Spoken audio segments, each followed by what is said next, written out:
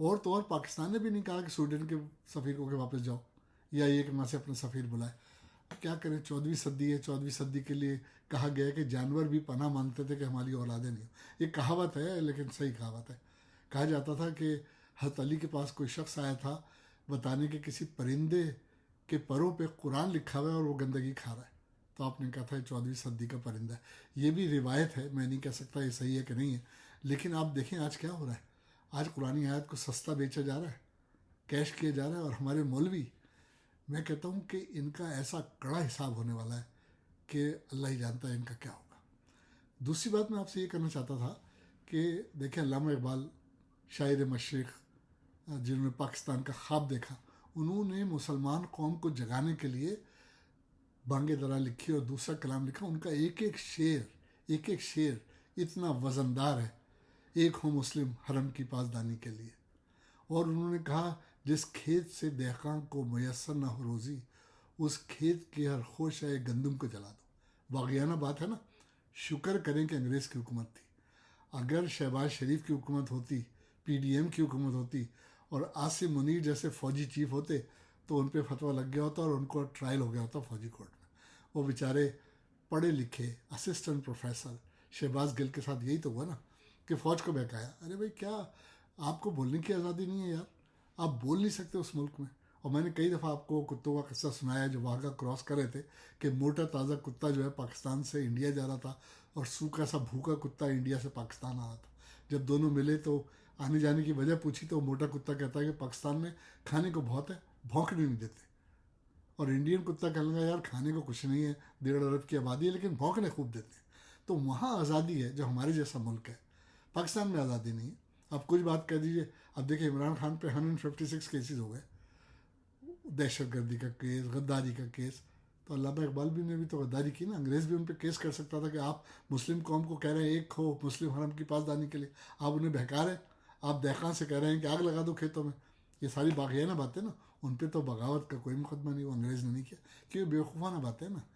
اب شہباز شریف صاحب ایسے سیلیبریٹ کر رہے ہیں آئی ایم کو قرضہ جیسے پاکستان نے کشمیر فتح کر لیا, جس کا ہم بچپن سے سن رہے ہیں. ارے آئی ایم ایف نے آپ کو 3 ارب کا قرضہ دیا, آپ کو سعودی عرب اور چائنا نے مدد کی, اس میں کون سا آپ کا کارنامہ ہے؟ پہلے یہ دیکھنا چاہیے. کوئی یہ نہیں دیکھتا کہ خزانہ خالی کیسے ہوا. مشرف صاحب مرتے مرتے یہ کہتے ہوئے گئے ہیں کہ جب میں نے چھوڑا تھا تو اتنے ارب روپے تھے, ڈالرز تھے. زرداری ہمیشہ کہتا ہے کہ بے نظیر کی جب گورنمنٹ تھی تو اتنا خزانہ بھرا ہوا تھا, بے نظیر بھی کہتی تھی. تو بھائی کہاں گیا خزانے میں سے پیسہ؟ کوئی وہ حساب نہیں مانتا. اسحاق ڈار جو ملک کو لوٹ کے چلا گیا اور دبئی میں اس نے 5 ٹاور بنائے, آج وہ کریڈٹ لے رہا ہے کہ آئی ایم ایف سے قرضہ دلایا. اور قرضے کی شرائط آپ دیکھیے کہ بجلی 50% مہنگی ہو رہی ہے. شہباز شریف کہتا ہے کہ جی آئی ایم ایف کی یہ شرط تھی. ان کو ہر طریقے سے کسی نہ کسی طریقے سے آئی ایم ایف سے قرضہ لینا تھا تاکہ آئندہ الیکشن میں کیش کر سکے, لیکن یہ ان کا خواب ہے. دیکھیے رانا ثناء اللہ حج کر کے آ گیا ہے, لیکن کہتے ہیں حج کرنے کے بعد ماں کے پیٹ سے نکلا ہوا ہو جاتا ہے. وہ کبھی بھی ایسا نہیں بنے گا کیونکہ وہ تو آدمی خراب ہے. وہ 10 حج کر کے آ جائے کوئی فرق نہیں پڑتا. اس نے آتے بیان دے دیا کہ الیکشن ہوں گے پرانی لسٹنگ جو ہے اس کے مطابق. بےمانی تو یہیں سے شروع ہو گئی. شہباز شریف کہتا ہے کہ جو الیکشن ہوگا وہ الیکشن کمشنر اناؤنس کرے گا الیکشن کا. بھائی کب کرے گا؟ کیوں نہیں کر رہا الیکشن؟ پی ٹی آئی کو توڑ پھوڑ کے رکھ دیا, بالکل لنگڑا لولا کر دیا. اس کے لیڈرز لے لیے, جس پر سب سے زیادہ تکیہ تھا یعنی خٹک پہ, وہ بھی پسل گیا. مسلم لیگ بھی شامل ہو رہا ہے.